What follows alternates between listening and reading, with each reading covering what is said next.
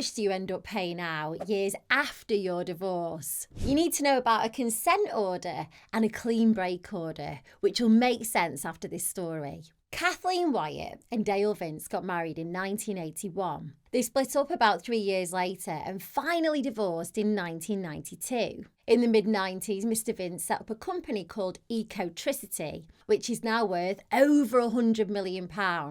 Miss Wyatt decided that even though they'd been divorced for nearly 20 years, she'd take him to court for her claim of some of the money. She made a £1.9 million claim, and the case went all the way up to Supreme Court. The payout was deemed out of the question by the judge, but she was still awarded £300,000 and Mr. Vince had to pay her court fees. The court stated that there is no time limit to such claims and explained that the family courts must take into account the contribution of each party to the welfare of the family, including by looking after the home or caring for the family. There have been big changes to divorces since April 2022, since a no-fault divorce was introduced. So what does it mean? Well, it means that you don't have to give a reason for the breakdown of the marriage. This means that there's no finger-pointing and it's easier to get a divorce. Some couples can split amicably and may be able to come to fair decisions without having to pay huge solicitor fees.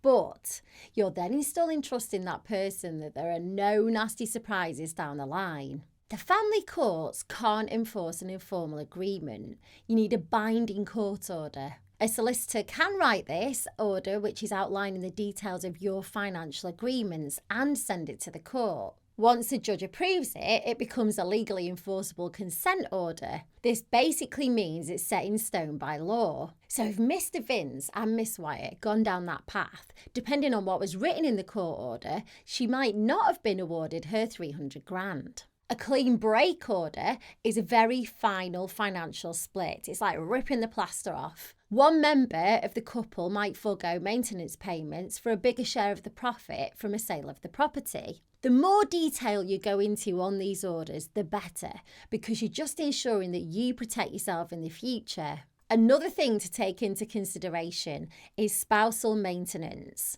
My friend is a good example of this. So when she got married years ago to a husband, he didn't want her to work so that she could look after the kids. She quit a job and she looked after the house and did the school run, etc. Years later, he cheated on her and then they separated. He then had to pay her maintenance because it was difficult for her to get a job after such a big gap on her CV. So it's only fair that she gets money to pay for everyday life like she was used to when they were married. If you're wondering about child maintenance and how much it is, I'll run through the basic rate. If you're paying for one child, you'll pay 12% of your gross weekly income. For 2 kids, you'll pay 16% of your gross weekly income. For 3 children or more, you'll pay 19% of your gross weekly income. Another twist to bear in mind is if you want to get married again in the future. You could be prevented from making a financial claim against your ex after you've married again, but they may be able to claim against you. This could also have a knock-on effect on your fiancé